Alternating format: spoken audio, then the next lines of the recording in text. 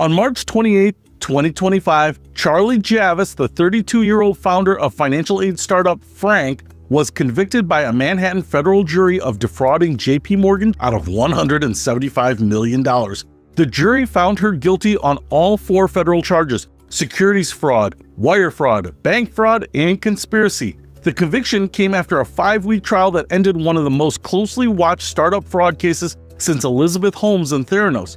Javice now faces the possibility of up to 30 years in federal prison, though federal sentencing guidelines suggest she will likely receive between 14 and 17 years when sentenced. The scheme that fooled America's largest bank. Javice founded Frank in 2017 as a company that promised to simplify the notoriously complex process of filling out the free application for federal student aid.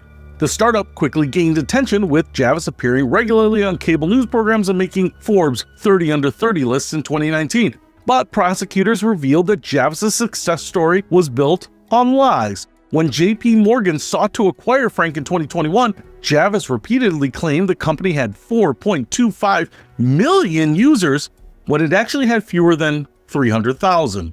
The fraud was remarkably brazen. When JPMorgan demanded verification of Frank's customer base, Javice first asked her director of engineering to create fake synthetic data. When he refused, concerned about the legality, Javice responded, "We don't want to end up in orange jumpsuits." Javice then paid a college friend $18,000 to use a computer program to create millions of fake names with fabricated personal information. This fake data was sent to JPMorgan's third-party verification vendor, which never actually checked whether the people listed were real.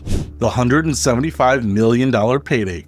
Based on Javice's fraudulent representations about Frank's user base, JPMorgan agreed to purchase the company for $175 million in September 2021.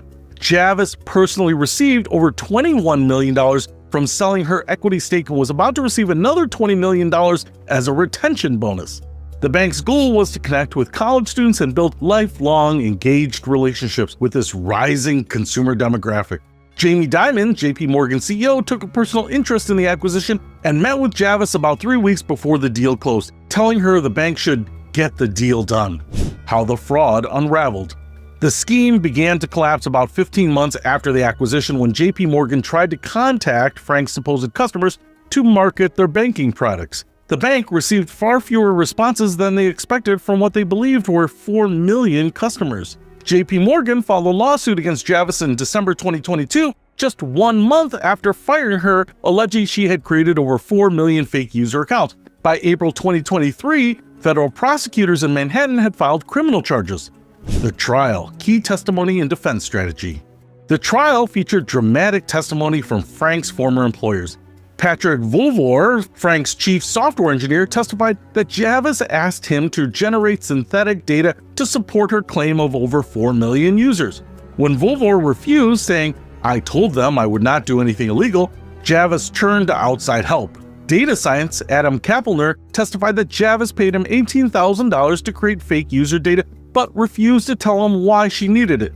He described creating millions of fake users by recombining elements of Frank's real user data. Javice's defense, led by prominent attorney Jose Baez, argued that JPMorgan knew what it was getting into and fabricated fraud allegations due to buyer's remorse after regulatory changes made the acquisition less valuable. Defense lawyers also tried to undermine Vulvor's credibility by suggesting he was romantically interested in Javice and bitter about being rejected, which he denied. The conviction and co-conspirator. Both Javice and her co-defendant Olivier Amar, Frank's chief growth and acquisition officer, were convicted on all 4 counts. Each faces conspiracy, bank fraud, and wire fraud charges punishable by up to 30 years in prison. Javice appeared sullen as the verdict was read, while several family members sitting behind her held each other and audibly sobbed. Her sentencing is scheduled for August 26, 2025, while Amar will be sentenced on July 23rd. JPMorgan's due diligence failures. The trial revealed significant questions about JPMorgan's due diligence process. Despite having some 350 staffers involved in vetting the deal, the bank failed to detect the fraud and twice turned down offers to have Frank's data verified by an outside firm. The bank hired third-party vendor Axiom to verify that Javice's data contained 4.2 million entries. But when Axiom offered to verify the entries using reverse phone data to link phone numbers to actual names and addresses, JPMorgan declined the additional verification. The data scientist who created the fake data testified that a few phone calls to those users would have revealed them to be fake. Jamie Dimon later called the Frank acquisition a huge mistake. The broader context: another tech fraud. Javice joins a growing list of young tech executives who vaulted to fame and media accolades with supposedly disruptive or transformative companies, only to see their businesses collapse amid questions about whether they had engaged in puffery and fraud. The case has drawn comparisons to Sam Bankman-Fried, the FTX founder who was convicted and sentenced to 25 years in prison. Forbes, which had featured Javice on its 30 under 30 list, later placed her on its Hall of Shame, featuring pics it wished it could take back. Previous legal troubles. This wasn't Javice's first brush with regulatory issues. In 2018, Frank settled with the federal government over accusations that the startup was misrepresenting its ties to the Department of Education. She was also sued by a co-founder over wage theft in Israel in order to pay $35,000 in 2021. The sentencing outlook. Legal experts expect Javice to receive between 14 and 17 and a half years in prison when sentenced, though the judge could impose a lower sentence since she has no prior criminal history.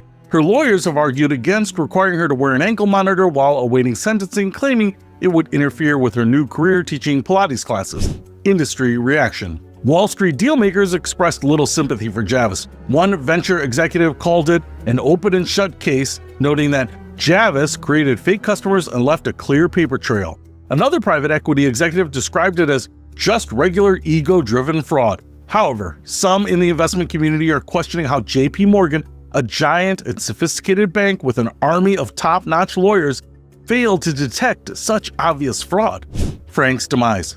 JPMorgan shut down the Frank website in January 2023, effectively ending the company that once promised to revolutionize financial aid applications. The bank's attempt to acquire young customers through Frank ultimately cost them $175 million in significant reputational damage. What this means for startup due diligence. The Javice case serves as a stark reminder that even sophisticated financial institutions can fall victim to fraud. Legal experts note that buyers often fall in love with deals, causing them to overlook critical due diligence steps. The case also highlights how con artists often possess qualities that make them appear credible, charismatic, and likable, similar to other high-profile fraudsters like Bernie Madoff. The final chapter. Charlie Javice's conviction marks the end of a remarkable fall from grace. From Forbes' 30 under 30 honoree to convicted felon facing decades in prison, her story serves as a cautionary tale about the dangers of startup hype, insufficient due diligence, and the temptation to fabricate success when reality falls short of promises. As she awaits sentencing, Javice's case stands as one of the most significant startup fraud convictions in recent years, joining the ranks of Elizabeth Holmes and Sam Bankman-Fried as young entrepreneurs whose fraudulent schemes ultimately caught up with them.